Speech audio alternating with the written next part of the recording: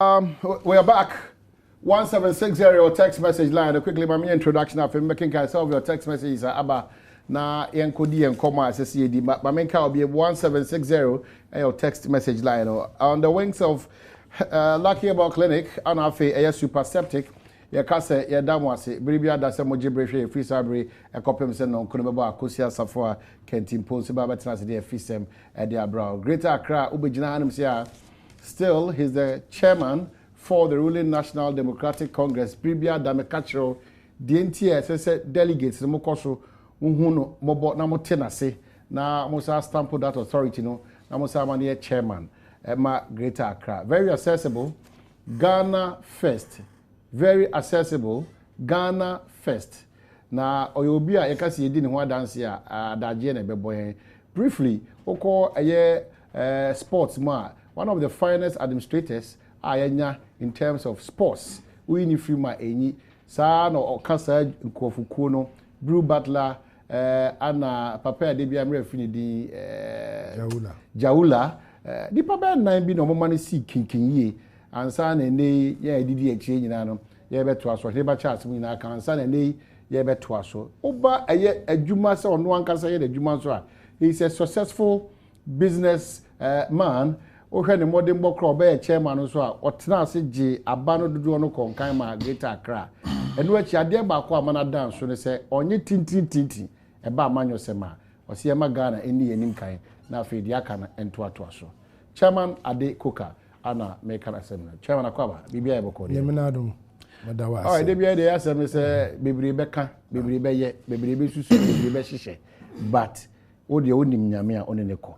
ana onim delegates a one omoko o de wasema wo kan say unim nkunim ni say abawi nti omo sunu de omo nkoso na omo sunu wachi ba o de o hwe wani you are focused. I'm focused. Okay, seriously focused. But more questions be bring out. Okay. No pay baby sa questions. Even though you have my full support and that of one of Ghana's finest producers, Dominic Kisi Yeboah. So ojina wachi pampe. If you onim de waye, ana onim de wo sa be ye. Aha, intino ko akoma to yem. Questions in the baby sa. But what you man de obey. All right, then that's anyway you man. Okay. Well, okojina bia ba ko a honso de bia da na ohwe ona kwan ho asemaye kikiri kakra ensewo madwagiri oya branti a osua emra de di kan no de toso no so no ofri ya amanyo sem na o university na wapem so a no de abedu sam pempenso yi o de adesede koto ensewo madwagiri fo anim se mesrem mo hwem modembo ma ho brase mo hwe kwan me fa so a mekasa impo ngitawudi a media mohu mobo na mfa tumi hye mensa na mudi tumi hye mensa se hwamodie pa de bida untimi mfa ne tuto enei maburu ni bia wonya akwanya e wa manyo semu a wono ani akọ suru bibribe no odanso ojuye na mu na dwuma de onfa ni ago ono ni mrahye bedwani a oya branti o sa tro krata koma his excellency John Dramani Mahama say enei shraje hon sensem no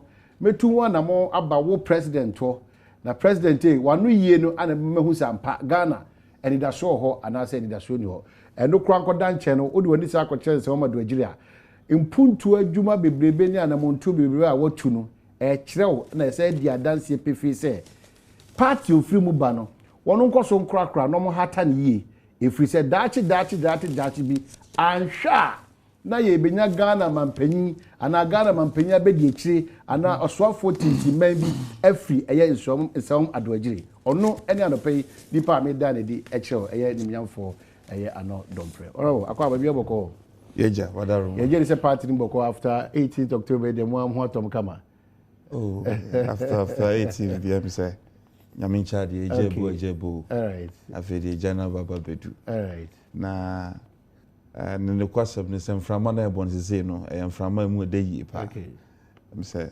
chairman mo paibo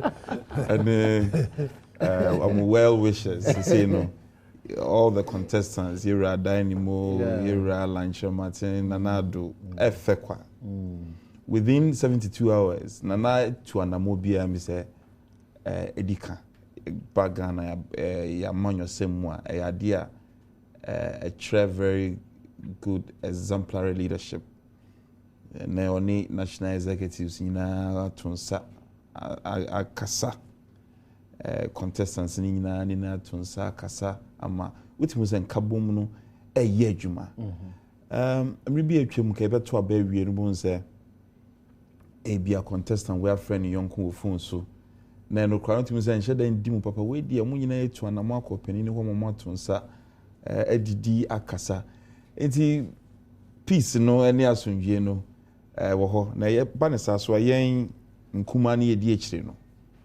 ehye nkuran ama ye hu sampa ye wo candidate papa we party mu a ye hwa manamu amutu yi a daachi bi ebeboa ma yesu etimi nya gina pa we party mu. So I'm very, very proud member of this party. Na me hu say ye party no say aprepre eda ne hu edi wo party mu akwa te say aponchi ntokwa peja kosra na dia tofom na we na me stretcher ma ani me Crawford say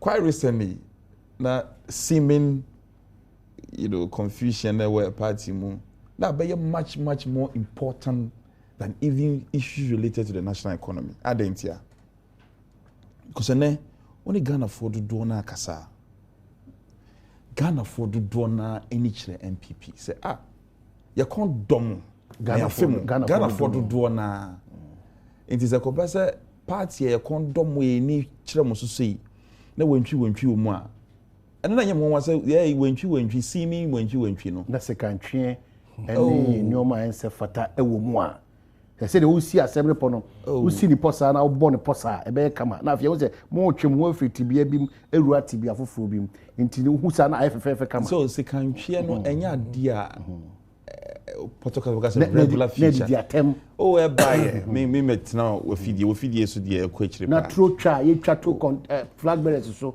na mo tu se woni abrepa na ni nyina wo ho na nya papa na so no ye fe san ye ni jeni se ye ho sa na yankasa so ebu nkompo akwa echi ehu ye ho se sa na mo na ye tu no enya na mo abetimi aboa party no enti se enya adwen sakra na yetimi enya adwen sakra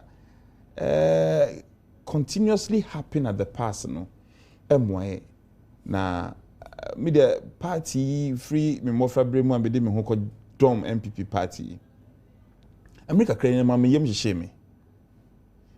me pa se America krani me di party echi me hu bi sada enti edu baby na yem hihye and also as an alternative government no na yem hihye na hadwene yi pa in fact na grofo frɛ wa na nkro anisuo grofo tie dwadwo basidan kanya hwedi ampo Nyankopɔn say ono onim ne ma a o siesi aseme sei etu akɔtwiri baby atwere enti ase ye adwuma saa na Ghana fo hwehwɛ na saa na me de megidi se ye betu saa na mo ne nkakra ama ye die ni akyere saa kronkron bia ne ani ahwehwɛ no na yetimi agi tumi enye tumi a ye agi edi kokromoti akodi ehim but tumi a ye agi edi asom Ghana fo ɛwɔ kwampa so okay enti ebe ye ene ukɔ all the constituencies freso jaman kosi zibila A to Z eso jaman kosi zibila asundwie enframapa ene kanko ene nkabom o se mo chama stress adani hunsu we party ye ni jesem oh nice chairman o respond wa kasa no eja da mu chem kwanso nkoso kura enra text message jojo na e bae no ene calls na e bae no omususu se dientina ama ebepem sa brewe no muntimi ntu anamon se mo beto aba titru regional na beto aba ma bia ba ebedi san komo no one of us comment on the wawa hwetisi say nei baby o Ghana hanama Sisala East so ba na mo na so kondo na wachi no whether opeo akofa no na di bepiem no akira asem de di kare me say multi media and multi media specifically Adom TV I say me Badwam baso titiri worm being the anchor of this program na say Badwam baso ni enua ba nana ya brefo wayade to have traveled all the way to Sisala Hakoyesa documentary as in Badwam baso na dia no to nchen no me eyemani wo say your national television and Ghana from 92 BCN. Ghana is the black star of Africa, Sub-Sahara. You're the first country to have gained independence. There are a number of international conventions that Ghana is a first signatory. Dudona hovers around human rights and abuse of fundamental human rights. Into law and order, and Ghana yedi kampa blaze a number of trails. A back of yedi mwakote. Now, Obama be can't send you a kroimu. So we don't need strong men or muscles. Now you hear strong institutions. He couldn't have said it better. Because, come now, say a body like NCCE, National Commission for Civic Education, as constitutionally mandated, some normal way would have been a thing of the past. NCCE, oh, I know can be a topic. Media Megidi said there is no institution in our country. I bet me the full complement of Akandi or the Bay Nejuma. The question is that Kakra central government the amount who shares we yana and I'm na wutu on. Inti say ye can say Akandi dia and you know be our problem. All the ministries be catch us some munya Akandi some the ejuma. Nenso Kakra na ye the amount to one more. And I'm more ben a mutu on. No credit ben a mutu on. Because I am a ye pa. Na adia no emribi atwa mu bekaya na witches camp. Is it Gambaga witches camp? Na am ko ho. Na ye hwe wanim yesi wanim nya fe. Tu se before. O ye hwe wa na wanim nya fe yi o ye be ye honhoma be hwe mu. Ni atabru e de akokoto bebi. Ayakayaka die ni bebre. Now, media, as some not training that we could see Pepe so be it comes back to the same point, say we must make our institutions to work. Relevant ministry, Oyeleta. Media say as our documentary, some command copy. Mon command complementary copy. Non shares our documentary. Men kasa yo non kwana sadie. All the players in this game. And I'm very sad to say it is happening in the north because poverty levels in here very high. Now, and north there are various forms of dehumanization of human rights. Even Tema, I'm telling you, on authority said Tema, Kumasi, and Kwara, who are engaging in prostitution. I'm telling you, many one international NGO will be Compassion International. Your investigation be and kwara pa mo ye prostitution on kohwe camps on wa. And we even forwarded the video to the sector minister. It yesremo Ghana e wadwuma ye pa na yanhwe ni ye be ha adwene. Na when so no timi hu perfect say the families are players in the whole scheme because when timi kwachi obi ba ebusuafo no enim ho hwe. And some consent is coming from the family members. This is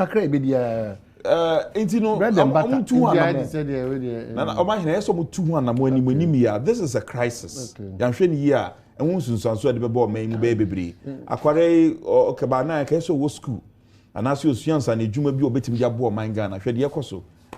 you and I hope the various institutions and the sector minister number 2 but the bottom line is education. Okay. All right. As a cost of church a man for say at the end mu tie nipa no fa hodie they tie Ghana mraso.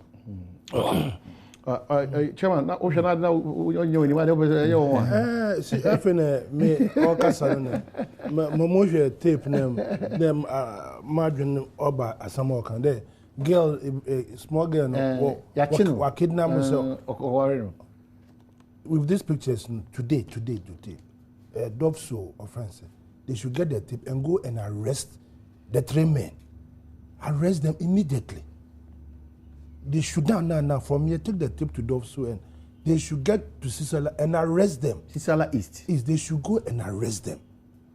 See, because you make these things, but it's against the human right of that little girl, right? And it's criminal. I mean, don't forget about tradition. We are 21st century. Innocuous traditions. They should go and arrest them immediately. As we speak, somebody should, the MCE and the security, they should go and arrest them immediately and have some punitive measures. Yes, people will sit up. People will sit up. But you show these things and then put them under the carpet. I mean, this is annoying. I mean, Ghana, we are not out, but like my brother said, no, we are signatories to all these so-called nice conventions. And then come and do this, rape the small girl. It's rape. Again, Usher's school uniform. Look, how old is the girl? I think about 11 or 12 it's rape. Or 15 years. At the highest level. 14 years. Rape at the highest level. It's rape at the highest level. But Omuchi Lanka is not 13 years. Yes, it's rape at the highest level. Don't sit down and condone this. What kind of country are we trying to bring up? Okay. Yes, we go there now. Right. Some of your text messages are about making camera now for your TSM and come and pay. But our text message line here 1760. Medinka Kacho say, yeah, we Pandai project, no. Nyame adma next week, yeah, the only man, the one seeker, the only paint, the one cement. Ni na be kwa komom. Yeah, damo asipi. Nyame anim ni kwenye moye ade na mna ye fe papa yi. Nana ya brefu be dupe. Ono ne bedi anim kan if so ono ne ampadu kofi ampadu ene abusuafo nyina na call Pandai kodi djuma sonko ana ede ade sede betu monim no mongu anim ase ti Pandai SHS ye ko penti ho girls dormitory no na fe mpano a modeda so ne gallon ne formal basanya ye ho yi amamo ya ko children's hospital akoye ho adwuma kama na fe bia akwatafo so go ya to amajeje mu e Pandai so no yetu ho anamo owo aduro ne dia doctor fo ne bia e krado se one year beko if it's almost say word do no kwana one for and one for ndi juma and one kwana kwan for so ese so kwana e wo hode but na I expire nti na e tu sa na mo nyame adma next week ye ba na eye witches camp ya na na abrefo ni kofi ampadu akọ hwe omo tibia mu no ene eye sisala east so anamo omo say tu akọ aba say ye kire ma wade omo force no na eno so ya kan bom aha no de said the honorable can NCC for gender ministry for NFA obi nso a oye obemfo e wo nyoma tisi bi ba betenase aha ne be ya disua ne ntitiye na akiri ya TSC kuro na saa nyoma nyina wo so ne ya hwe kwan amra mu no ebi timi de wona fa so amanti mokoso nkoye moa na monkoso enso ya se ye ka se mutaye chi a ana ye wo honom. Do you know that those who started earning salaries from March 2014 didn't get September salaries? Nana Watakrade and Odiaba. And the president promised Ghanaians his attorney general will be made to set up an administrative tribunal to try all those found to have misappropriated state funds in the Auditor General's report. What has happened? And I know someone who left GES 2012 and yet still is now receiving a salary and pay slip each month. I see the pay slip myself. I'm from Cape Coast. Volunteered this information to the National Security and kanasa sa keke na yenkoso mboka bia. So yan kasa krano as a country ya yenim bia nipa edi bone yenim baby edi bone but still o kan say kire ya de wo nim no ko ka kire eye bia na ni a wo potem ho anase National Security no potem anase panyimu bi o potem no wontu ho na monte because sika kitikiti we enyunu no ni na enyunu ti a me no mi ni na obaka se bia nipa ba ko penu ho se o je 1000 cities bisumi bia nti enye hwe se enye nipa 50 na bosumi bia o mo je 1000 aban sika no hwea na hwe gu fom a won so na wotu ama aban nti anyone they tell us there is no money and see the rot. It's sad the way this government is punishing health insurance service providers as if we've committed crime. And this one says, I think it's high time the president crack the whip and punish people who are found to be corrupt. My heart bleeds when I hear some of these stories. And this one repeats itself about government punishing people. I think it's high time, another repetition. And this one also says, government cannot pay teachers and teachers who have worked for about 2 to 4 years. Good morning, Omaine. Corrupt leadership is the hardship of the people. And Ghana Pani Asembeba Debi. Anyway, greetings to visionary chairman Dr. Afuakwa. And this one says that to win the 2016 election for Nana and the MPP, then we must put competent and well-trained polling station agents. Chairman Awudu Shoemaker Bokona Diaba. Whilst government is dilly-dallying, what happens to those going on retirement from now on. Ken was Sinyani. And I'm good morning. Where is President Mahama taking Ghana to?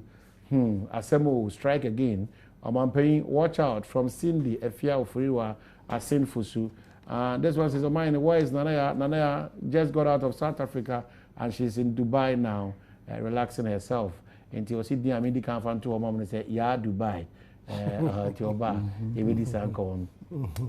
Yeah, the best year, try how many back, yeah, bar na afe yetimi Eddie Yankomo. We to say I've observed that the problems with most of our leaders include haste speech, and leadership must listen to as much as they speak. It takes more than words to fulfill dreams. Again, leaders tend to say what others want to hear. They should not promise what they cannot deliver. Finally, leaders diminish their influence when they try to reverse a mistake with a lame excuse. These pitfalls for careless leaders should be avoided. Reverend Nana Osei Owusu-Fusu, Aguna Swedru, Anode in same way back. Chairman, quickly,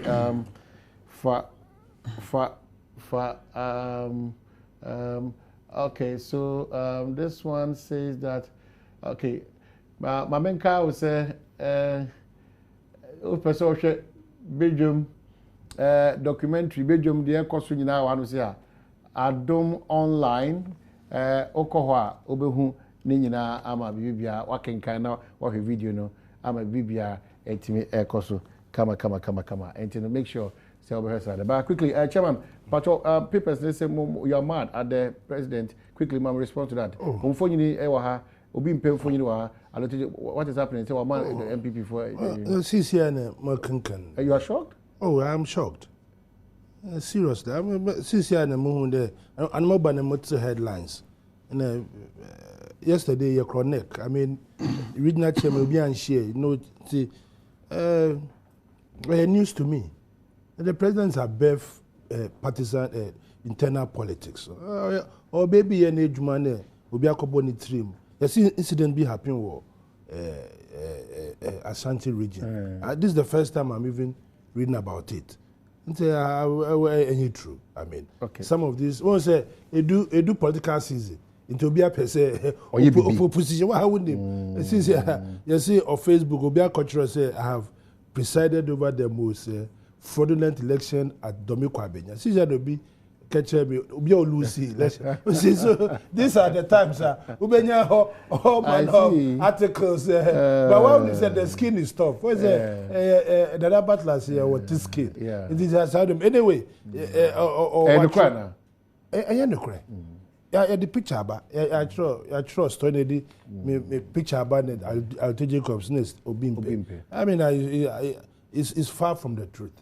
I mean, it's far from the truth. No. Okay. GMA Nagrat GS Closac, 8 others declared nationwide strike, and I'm sure say ahemachina I'm sure say catch them say a pass sanity dia and na Ghana free sabre ko nyina agina ye kwa enkobiem. Adapene Deputy Minister Employment and Labor Relations and so Edin Komiro Baba Jamal now say 1, it was needless. 2, Ubia intimi for tintin bia into an amount on Timini abai intimi enwene we say the man who junior crowns as of enra and you remember 8 p.m. no na one hwesa enyumakoa be dumini one mpanyimfo so one no be hia edin kita ho ama bibia etimi abrase na de okaso so ne se nye trimpo fufuro bi ana sa mpanyimfo mo da enyumakoa no wode a bia na nkomodie na kodu no de nyame anim ne kwini na bibia wie pɛwa ne sa aka ntokro nkitinkiti bi a wɔn be tuatua na nka ntiase adwuma wɔn tena office akɔpem anu anyime no nwotwe ahemachi nso amefrɛ sɛ onam kwan so a wɔse wɔn sa akɔhɛ sɛ wɔn betimi ni wɔn ahyia bɛɛ no so mpɛ mu brɛ wɔn no asɛmbisa ne sɛ saa nkomodie nso utie ɛfa bi a aka no so wɔn sɛ efiri 2008 na wɔn ne aban akasa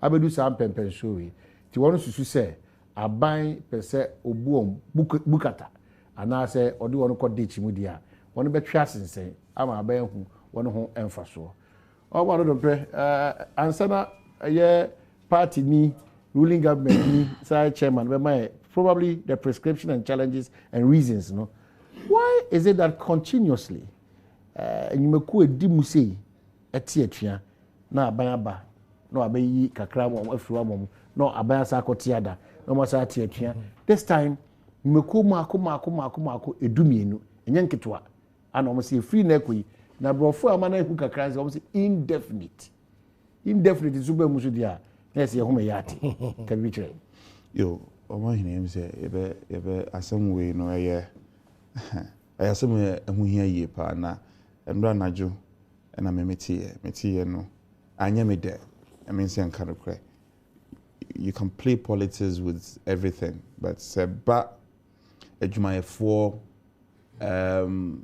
especially pension so why adwuma onkwada nyina na kakra sabi oni wabusuafo okọ ahomeji nkwakoji na ehun nsam no enwie payia eyani bresam because kwan bi so na say wonkwa na eje afi nsam no na mamen kan epefe say em say yedi mrafoforo aba new pension act now act no so em say 2010 thereabout and a chassis ye adwuma na aban penifo ene adwumaifo at one hand so no nkitahudi o mo chassis nye ne no mo chassis nkitahudi ase se na wo kan nkitahudi na koso na asem no tie nyame se nka no kre tie sa second time no new pension methodology no second time no that is where issue no efa ho 13.5 na senate for kwakotua ne de em say no ho asem bia ni ho ukọ ahomegye mu a obusumi akatua de be ma kakra bia na no de ho asem ni ho na beebi asem no ne farebai ani ne fapem kese wo no lump sum na so second time no nipa no kodi koma adwumayefo nkabom kodi koma trustee obi obehwe sika no so na sika na timi awo na ho mfaso aba no ɛho na asam na yɛ den ɛwo o hwɛ mrani mu a me ntimi nkan authority but kakra makenkan no ɛma adwumayefo nkabom ko no akwanya sɛ woni tibetime decide sɛ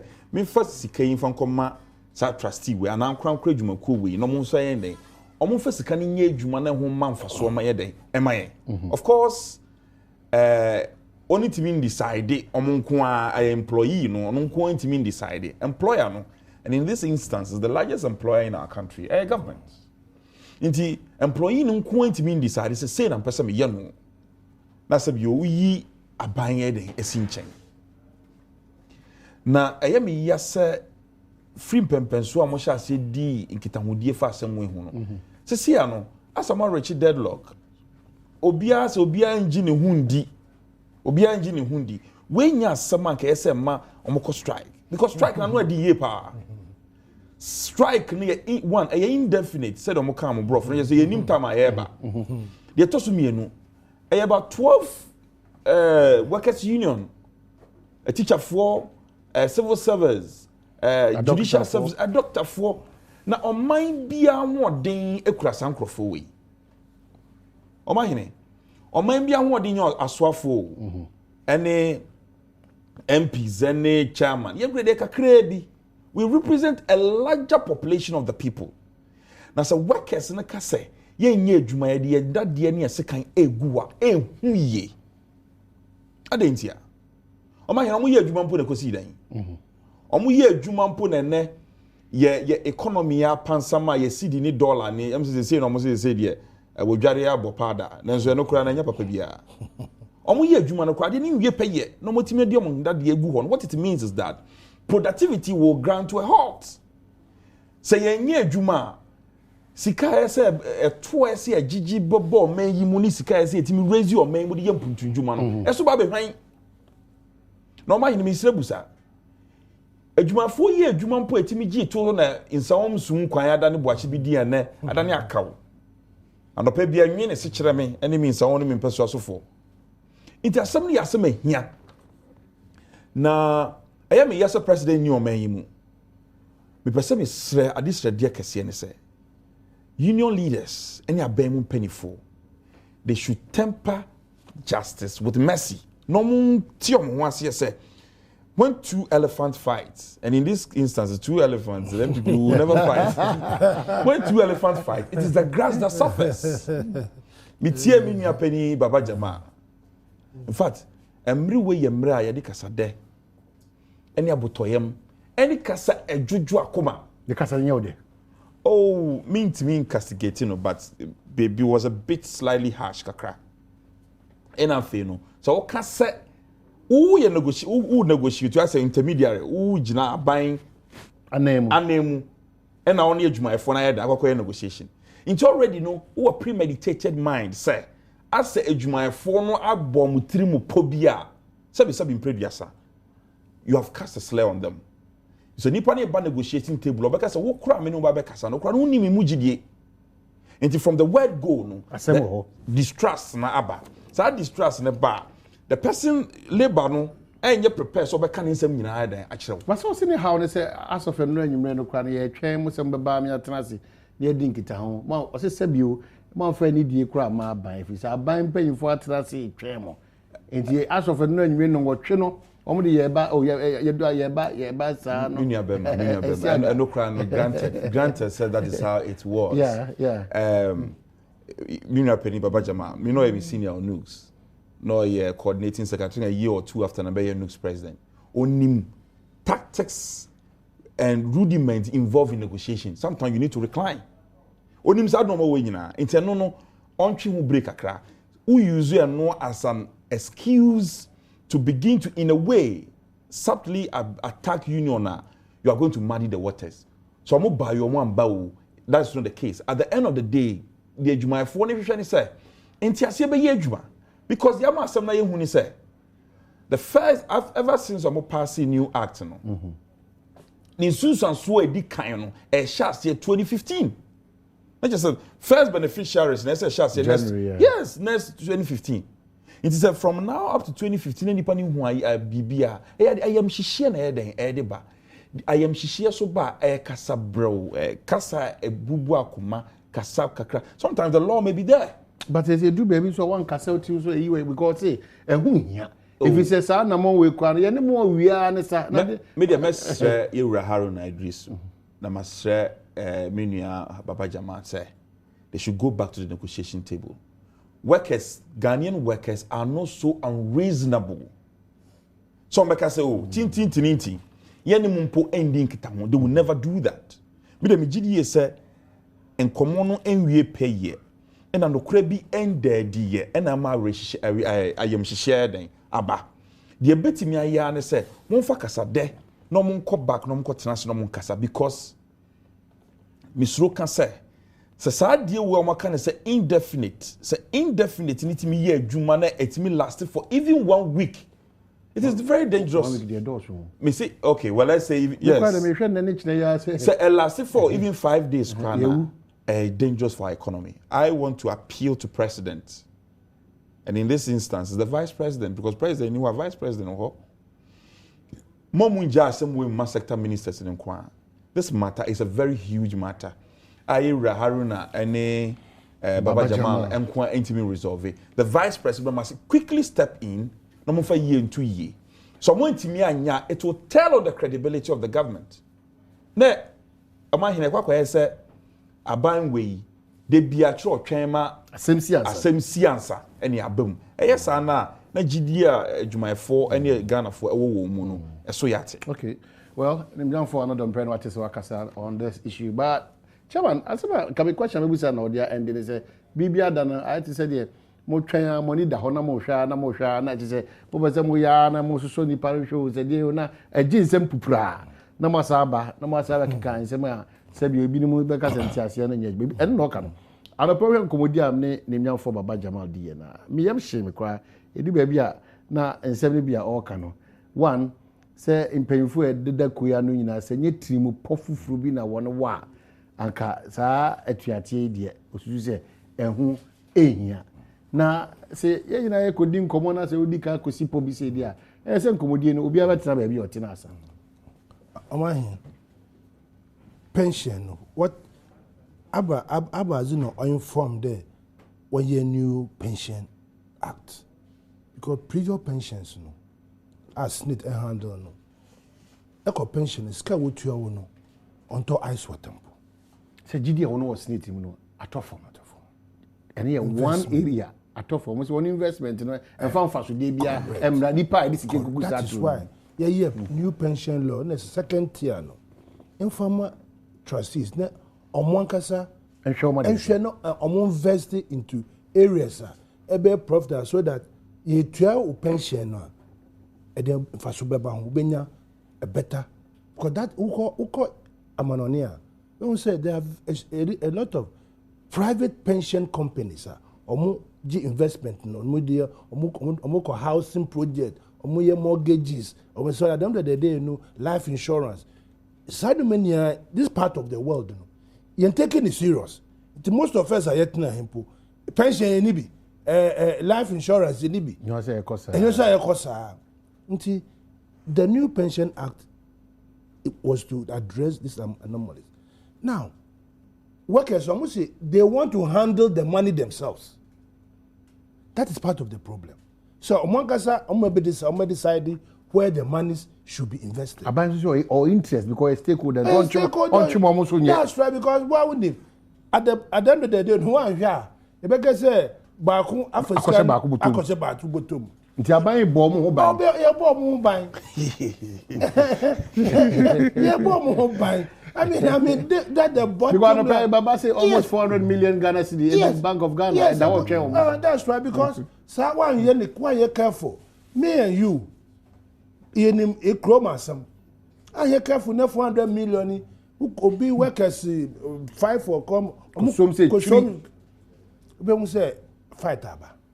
Nti abanse mombra na negotiate fa how together no even a common front to push the pension second tier no agenda no forward.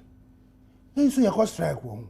Why buy or born buy no so that we call pensioner you get a better value of ejma while you over the years no. No so or aza over there you could striker. But probably just say GDA say nyumakwe wo aban yi mu no sika na ayira sika na ayira sika na ayira ene de because nyumakwe makoma edumienu de enya amanyo sem bi mu say GDA bi ana bibibi say the honorable Republican bibibi wo ho a e bia ye nyina ye ni mamudi GDA say aban de sika no ana say de a bit my one of those only need to aban bit my how yes sika no at the Bank of Ghana sika the Bank of Ghana I'm buying for ni santum. What the Nimyam for Baba Jama Kai? I know I don't know. It's just a strike. It's not necessary. No. This is at this stage, you know. We are. No, at this stage, I buy in Castle. Moko bisa buying na buy Sisikanoa. Me de atuon. Ayra. And then Sabomu. And then they consolidated fund. In abandon his cab. But the whole idea is that how do we manage the fund? Ibenyan faswa waso. Na ba interest say dey kakra we e say to yes dey free dey man ya nipa e odidi now me na match say you Ghana how many things are the anopawo sorry I can say auditor general obi no kan okana sam auditor general Ghana for wa onu e discuss koto me na bi din sa abomu e bi aye we say e bo ho ban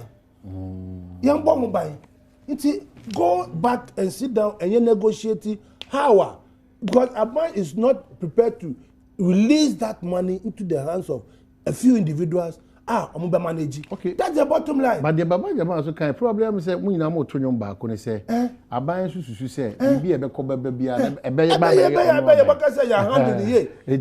Ono so nyaa ma ne nkosa. Even though sika na mo dia but o say ne dia.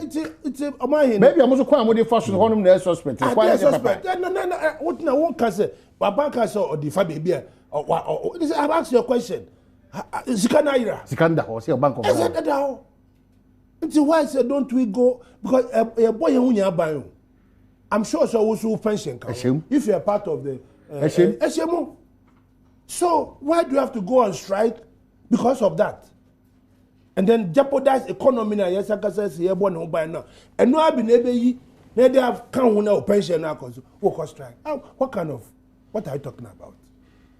About if it take us 10 years to resolve the issue so far as the money is there no. Unless by we catch him say I buy it after scano your pension for your Bank of Ghana your Husikano and then Metnan Kasasa. But the money is safe. Okay. It's there. Okay. So why shouldn't we come together? Neighbor boy, they don't buy how instead of you subject to the whole country, school teachers, all about strike. To the productivity. Yankasa used to say we are having problems. So imagine the productivity, the loss of income, the loss of revenue about Ebelusi. And then we come back again after 1 week, 2 weeks to find Ghana standing. To find Ghana standing. How? Okay. Negotiations are shassi wano. Positions now here because we room one and economy. Omahini, asampetia, mpeniza asampetia. From whichever way the politician looks at it, the bottom line is the welfare of the worker. Yes. Maybe my position you on that. Welfare. Oh. If it's welfare, now, but Abai doesn't care about the worker more than the worker. Don't make that mistake. And more being dangerous. Obi Gini. Abai Gini on worker. Na Abai Gini ya huchi on say or Gini ya huchi said ya Gini ho a. Nka ketu said ya tie. Don't be deceived. Especially where you have to forgive me, and it's a very fair comment to make. I to judgment debts. Okay. Oh, let me put it in context. Court speaker said, go and refund. Sika we tuya one family. Oh, chama who tie me here. Chama. Judgment there. And this is a buy penny. Chama need more. In recent times, courts Akasa Abai could tuya 51 million. Return this money to government chairs. Yetuya. I saw photon. Sika or court or they say yetuya.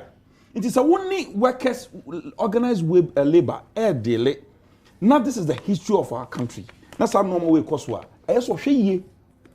The worker will have to be cautious. I see. Because the government attitude no used to bind bia than I'm very sorry to say it, but yes I can. So me, on my hand, if I me labor, in fact, so no labor. Me a government. Now court catch the wo sekoko tua catch the ban me sekoko tua sika wa fa wan fa kwampa so 51 million Ghana cedis nya sika keto wo na up to now untua na sika kakra bie workers contribution akodi baby a eyese me hwe ni yie se me de kraman ti me to aba ne to eyese me fa aba ne yie yie pa na bibi ba masa because media I can understand labor especially dealing with this government. So mo ngini ni Gideon in you, Chama, the over can be a media. Go back to the negotiation to Mumma Money, yeah. Anyone, someone more can in your day. Mamma money in Webra. Sikadia, now money more. Master, that been a negotiation in the way. That been a investigation in the way. There's a tragedy. Answer now by investigation when a new pension is at risk. Okay. It's life and death. And you're warning, Quan. Hey, media, Miss Re. As some the opinion that we could see them cry from the politics you want to read into it. At the end of the day, the Ghana will suffer. In a media kind, I preface my statement say the sector minister and all the people involved, no, omunka kasapa, they should go back to the negotiation table. No omunka asemuno because buying to me in country me so no dream workers and damn workers. But you can hear commentary run around there. Abayesi support. A poor abayesi ni say edikai. Sana montie yetu atin kra na dedi kai hu hia. Aha. Ama ure mfise act no the new law no it gives the workers labor no and man mo kwenya somebody determine who becomes their trustee with consent from Abai or oh yes but I'm saying that they have that right into catch them say right. So me mean to me exercising my rights by determining who becomes the trustee over my funds now catch them say a year is unnecessary. Which of the strike is necessary? Okay. Honorable Dompre, yeah, can't pension asem. How to secure the security of pension akofa judgment debt. I said judgment debt. When I'm with judgment. Chairman. Judgment debt. When I'm with judgment. Chairman. Chairman. Judgment debt. No. So what explanation be a former? Yes. Your example society one. judgment debt. Omo aban no, omo into judgment debt. But because it did not come to light, people assume that judgment debt to Yasha say yetuano and it's not today. So commissioner, what is he saying? No, omo judgment debt to Ebai. It is not NDC government of today. It started so many years. Asofoto all can say me. Who were the people who allow Asofoto to emerge? Please, Yakasa, don't let's go there. Let's talk about pension. Even workers, omo dues. How are they even able to manage their dues? They be antokosimu. They be antokosimu. You hear? It's a chairman say, Abansi Sikano, let's together come and politics. So the moment the politics, that is that Asofoto, we are losing the battle. No, but those are good examples to refer to. But in the pensions can go to Asofoto. Pensions can go to Asofoto. Is a pension man? The pension man here can say, Bank of Ghana. That will business account. Who say maybe kwano bibi buy ani can say merchant bank hon say pension for say manoma bi wo eti na ho sa aka o say aboa bi so wasa so mo asre wa o ji ne ba not the you need to ya ahweyi eti o snit merchant bank eyaban bank merchant bank snit no mo shares various institutions I'm 100 year and you say I buy some no loans are ya the man binum and this abandon tan salon buy okay you see what and this you say don't let's go back, don't let's go there. Okay. The important thing is that this strike for God's sake is necessary at this time of our economy. Is necessary. You are talking about pension, the money is there. But workers no person omo tia say aban wo interest the people who manage it what no buy am aban but come na match say dues go to all the so-called friends unions and see how dues are handled. Do not can system. No, if it is if you be reduce argument. No, you are not with much respect. No. Chairman, would have been chairman. I'm not reducing it to dues. You reduce argument to dues there. No. And you go back to your own political party, inclusive of the MPP. Yes. So.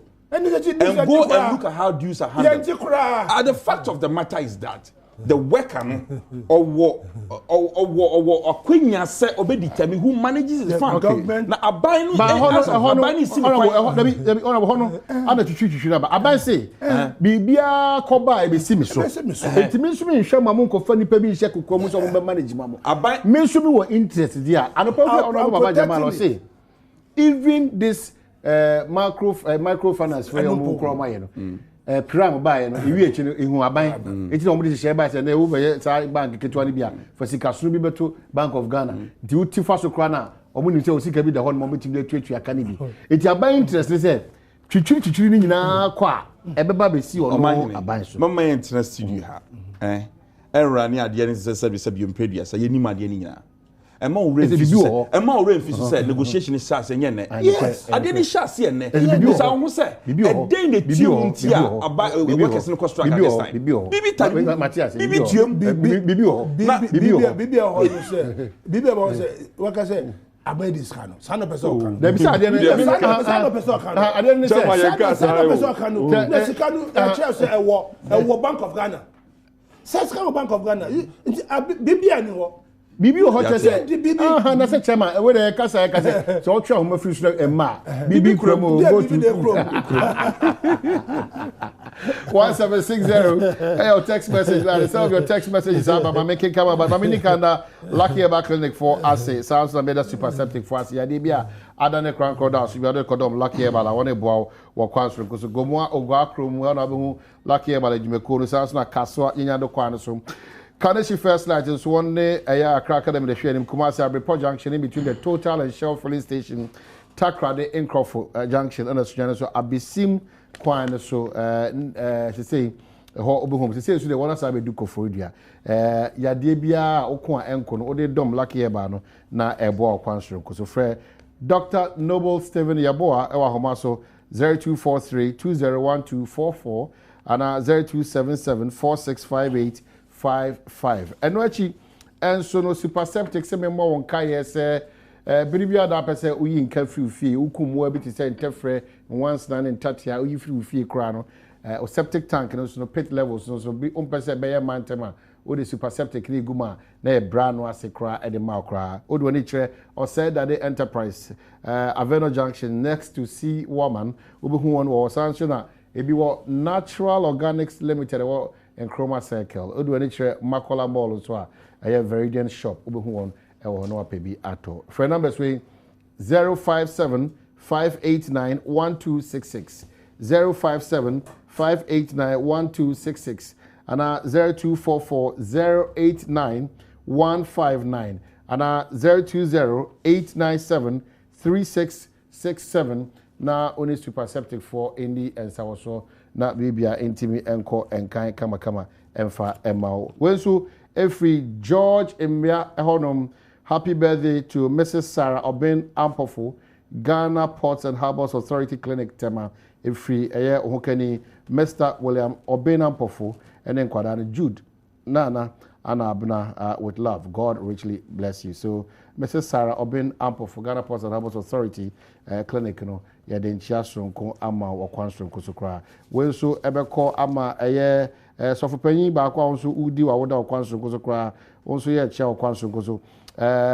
Reverend Dr. Ivory B.K.A. Wilson, General Overseer, Triumphant Bible Church International, Winneba, happy birthday in advance. Grace Danso, so Takrade, and our day way Abba. Some of your text messages are Abba. Now, if we will come to wrap up on the issue of IMF questioning Ghana over growth figures, no, and so you have your home asemaka. Oman, could you imagine that some teachers have worked for 13 months but only received 3 months salary, the rest unpaid? Is this not cheating? Oh, Mahama, laugh. We don't have that time here. So I don't want to get through here. It says the reasons why Nana Adom will be president come 2016: loyal, eloquent, available, devotional, exemplary, and respectful. Ken Nabuta, our commander, and I did Abba. Am I agreed that Assemblyman for Tikobo number 1, Yachel, our council. And this one also gets through and says that the NDC government is insensitive to the plight of the Ghanaian. They should give us a break. Case upon Anadewiaba. And I want to report about the rate of increase in child adoption in Domiabra, in Asante Achem North District in Ashanti region. In 5 days, 3 children pegged. Wow. And reasons for the strike action should be explained well to the workforce and the general public. That's your concern. It's true, somewhat. And President John Mahama has admitted at the meeting with the UK media that Ghana's weak systems are to blame for the rising spate of corruption in the country. Who is the controller to see to it that the systems work? Corruption everywhere in Ghana. Maxi Kofi Watepa. Omayini asks NIA to pay us our allowance. It is long overdue. Chief Jaga Anadiwiaba. And Kwabena, good morning. Working ant is better than a sleeping elephant. Small progress daily leads us to big results for life. And if Ebola strikes while the workers are on strike, what are we to do? Kane was Sinyane. And around 2% petrol reduction is insult to Ghanaians. Cheba for the graft. Adom TV. No size. Baki from Ashaman. And when the strike starts from Amev, when is the strike starting? From Amev, it started today, and I'm not concerned. And the teachers should be careful the way they toy with our children's education. We parents will soon hold various teacher unions responsible from Kese and Adeba. If the NDC government, led by His Excellency John Dramani Mahama, put a stop to the numerous and massive corruption going on in their government, the hard-working Ghanaian worker shall also put a stop to all various strikes. From Kwanda's Bay to Sefia Safo. How I wish President Mahama ruled Ghana like America. NDC Papa. Greetings to Nana Kwesi. Also, Yadin Chiasronko Ediama. This one gets through here. Hey, Nana Ya Anas, Arimiya Anas, you actually deserve the award. Nana, you are the best by Audu Isaka. My name is Dad the Prince. I greet all Ghanaians. We also respond same. Memphis Central roads very, very bad. Zito Anadiaba. It's a long time you invited the perceived smaller parties. Correct. They are not even perceived. They are parties, but finding a way out to get people on board has been one of our challenges. But yeah, that's also I draw your attention to that. This is a dangerous culture. What type of parenting will these minors offer in this barbaric marriage? This needs serious attention to save the fate of unborn children. Abofre Kuma and Adiwe Abba. Multi TV, please bring back Emmanuel TV. Why have you disappointed us? We need it back. Thank you, George Wadunko Nediaba. Omani, Ghanaians are angry about our lorry road, electricity, our water, and etc. If the ruling government is able to do them, we are satisfied. Osebunsu, Kumase. Oman, this girl issue should also arrest the mother. Tell the president to abolish such things in the north. Reverend Yankee, and the way about Mamen Koson can say better lucky heba for us, sounds better superstic for so I say. Before we go for a break, probably one minute comment. I'm saying about the wrap up on IMF. No, Alan Chemantin, I am open to play any role in MPP, including being a running mate. That of the running mate, the Nyame Adma said, yeah, you say, China said, yeah, Tino, you're no credit. Nana do Danko Kufuado, Eko Pia, Ira Baumia, Atum paying for him, say, Orani. Now, same, obviously, as we be by say, same old team, Nidia, and it's the same old results, and the same old general election performance. What do you say to that? Oh, Omahini, that right to choose running mates in India exclusively, a flag bearer in consultation with the National Council, as our party constitution says. I don't know, I will be surprised, sir, or dear Dean Fufro Betuja, because coming events, they say, cast their shadows. O share Papanikasa and in year. He has not pretended about the fact that Obe supported, Obe Peke, Dr. Baumia the second time. Now, me share Baumia in perspective, Dr. Baumia in perspective. BGD said, Openina Bonhumodi from 2008. You can make an argument against him, say, Wamaye granted, but o share value, the other Becamwa. BGD said, you'll be a man of Queen, you'll beat me a boy. The last election, or boy or Northern Regions, but me to me, we need seats and ain't me, we need. And he, me bompire, so one of them Baumia, the affair is saying, one from my Baumia beam. The end of Tuncha, Yera Alan, and Sansama or Kain. It's very good. Very, very good. But you see, I have some of the Canadian, me primary spa. One lawyer, we are fair, low lawyer, we are fair in the core primaries. And I'm a defeatino.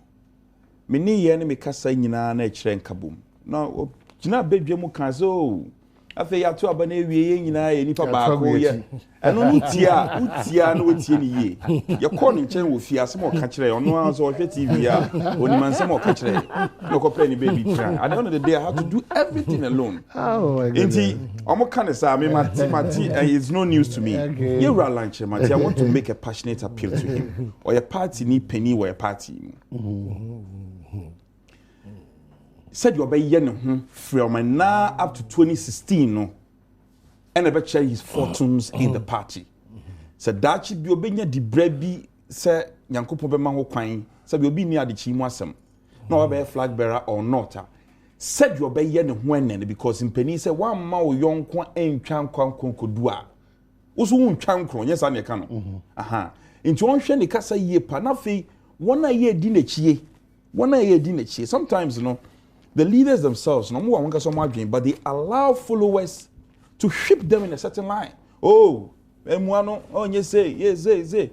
But your party for as conservative as your party wait here. No. It is very difficult for us to reward Obiaye who say, so you are born home more than a boa party. No. This party is at its crossroads. We've lost 2 elections consecutively. This is the most critical election as far as the body politics of our party is concerned. Until we need the finest of all brains, we need all resources, we need all brains. Na nipa na ye tusa ye di frank ana share nsa no so no. Against all the propaganda, ye nuanu when this when dem ya de pa. Oh, on penny pa, oh yes say, obecha party mu mienu, or den tokwa bagana. Ye nyina ehu say. And the Ghana for do do na ehu say. The Nanado that had been painted by the NDC to the Ghanaian populace. No? He's not like that. No, see. Okay. The man is definitely not like that. Okay. But the chairman told me go pedro kakra. In fact, media you are here no dance. It's here Alan. I'm appealing to you. The party is looking at you. The over here is very important. And the politics,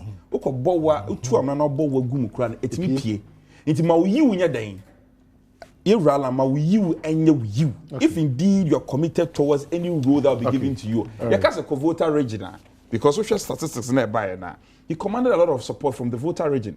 If granted in the scheme of things, now because a voter region you should accept it in good faith and you are being pushed to a very difficult point. You obey ye biama party yaba power no yeah. Okay. Well, Chairman, I didn't abomu.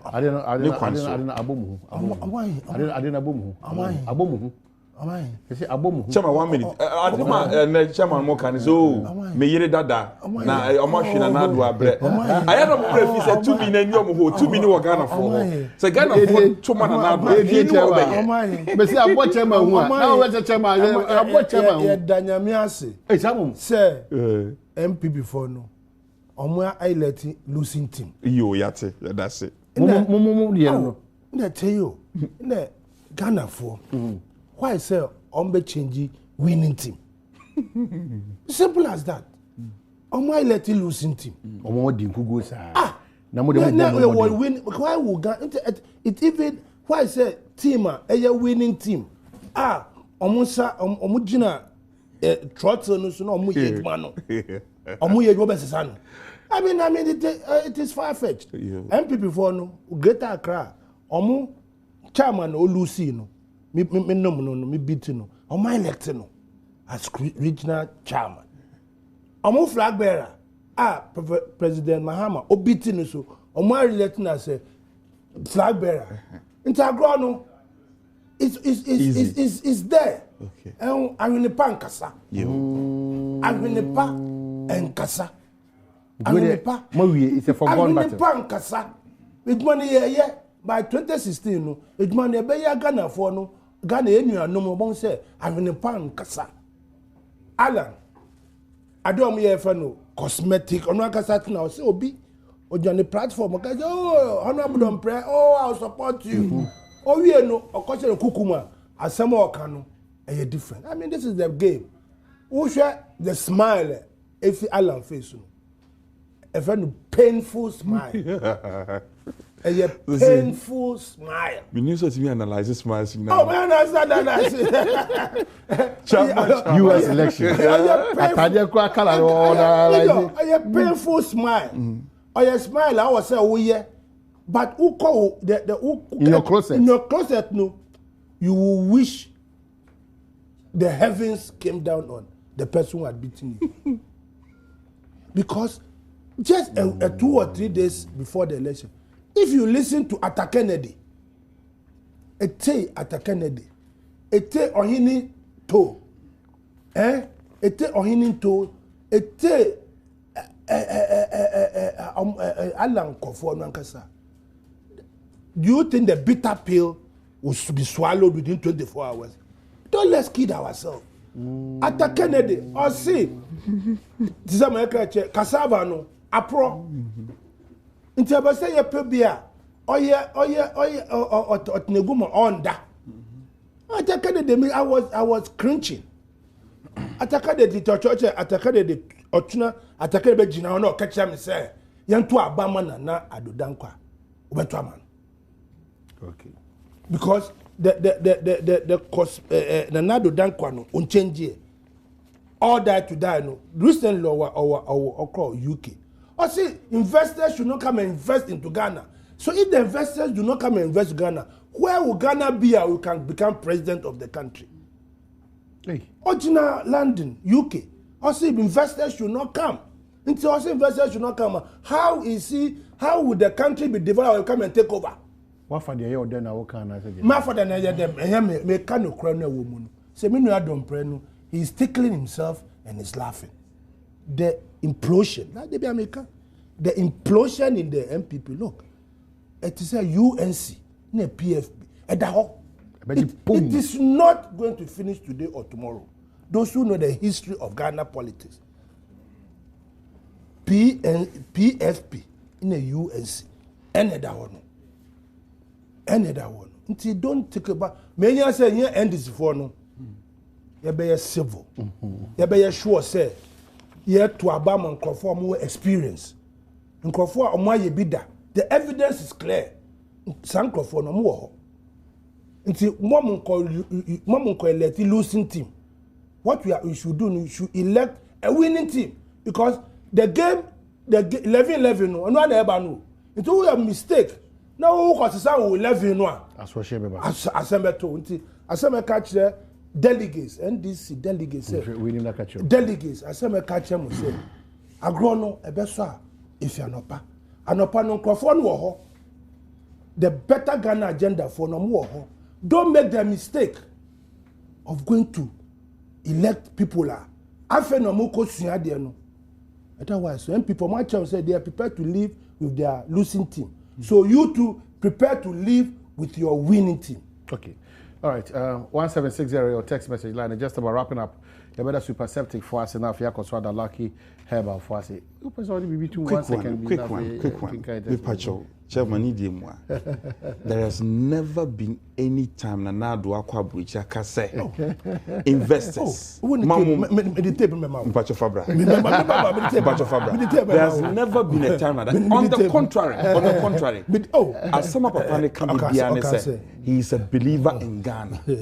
He has been very critical of that image. I believe in Ghana, and I want to be believing in Ghana at one breath. At another breath, because my investors embark me. 2012. I'll bring the tape to him. I'll be prepared to see that tape. The tape will never come. 2012, Oko UK, Eko encourage investors. Not more than Refi. A company like DHL. When you say another DHL by Ghana, he brought it a top businessman. Oh no, the buyer. Tigo. Now do let Tigo into this country. Now, why would a person start such a good business? Now, would you buy money more and prosper?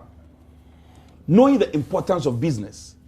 Now, so all that be done in Nadu says, I'm a srekan. Now, Nadu will not change to please the NDC. And not dear, Maminka, he said the Yanko Pon born no one fan sa. Now, Obia ye be or may that would lose election. Now, Supreme Court could be a winning as you. 4-5 split decision. It is not a disgrace. Ultimately. No.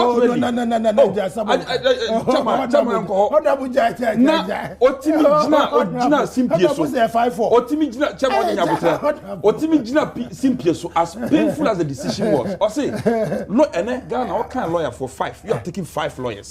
Top lawyers in this country. Honorable. And they are independent-minded legal minds. Supreme Court no. And one some. Now so what you to honorable. What chepe face on your bio paper basa. I know the one say honorable. Minim chairman what the man for manunsi. Minim NDC for MPs. Young MPs. They can walk up to me. Several amount pa me chaka just say, "Oh, nana dear. A bucket as share no proye pa de nana dear on ka.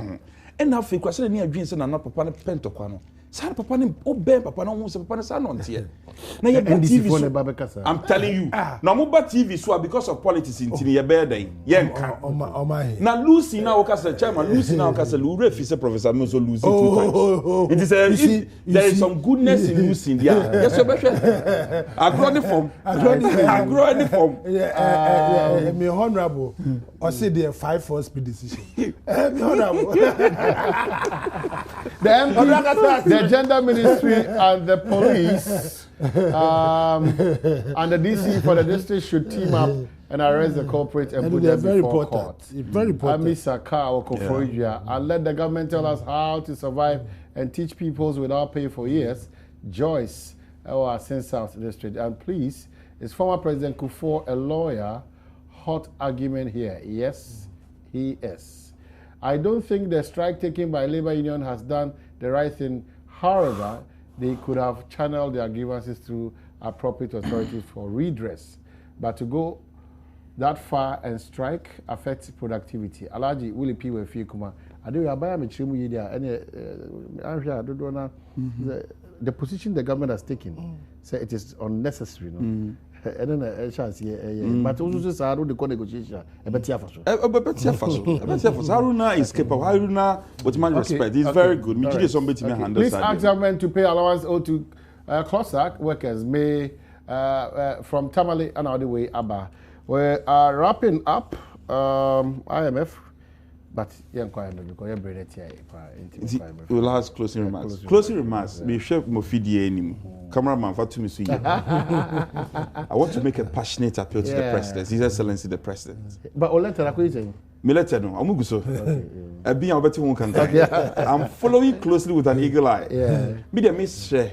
Sum sound quine. Ebeye. Shemuthi. Yebeye. Like a president. Omahine. Mr. President Kutujebu from. Chairman for anu to me. Na baby e kono. Meka bia ma. Brodo Juma no mu gu no. Brodo Juma na e ko egu because the kwan number gina ho aton no. Ifuturo na jafa. Brodo Juma isu ne aton ade ahwe ma bedu baby amadu yi. Na obi so akohwe enkwan. Say nhwe no ko hwe owu. Me the president say na fe 10 months into the year. Common fund yentuaye. Health fund yentuaye. Get fund yentuaye. Aden. Odwan so say ni wura dan ho. I don't know him so no ankasa ne to so no say no. President Misrew, you have collected the monies. The taxes have been collected. Where is our money? In governments, in governance, just can be the shebe be near the shebe near chair the abishim, near the shebe near the shebe near chair the abishim. Oh yeah, sa na wo di microphone pambro. Wo di empambro. Wo di empambro. Untimi si KVIP. Untimi nya nsuosam. School fees untimi ntua. Adan 10 months mi ntua adan. Chamade ajimo se wana. Oh, we nsem meka Suhum Road na ma. Suhum Road minim da government is seriously going to complete that. We na sha ase. E double with fi friends say junction no. Apejua junction no aka sa stretch. We name the challenges there. Most of them compensation the people and I'm sure say within the shortest possible before 2016 Sum Road no abambeye. I can assure you ebeye na as American say strike no yenu anum wa ba announce the poncho.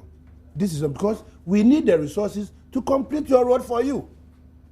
Now, your cost striker, we lose a lot of money, time, and energy.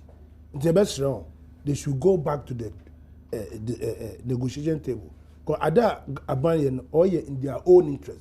Meaning, like I said, the workers think more about themselves, but workers know, and this year, social democratic party.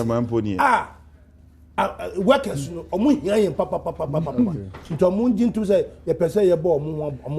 they should be patient. Still greater courage, now, Chairman. Unbeatable. Very, very unbeatable.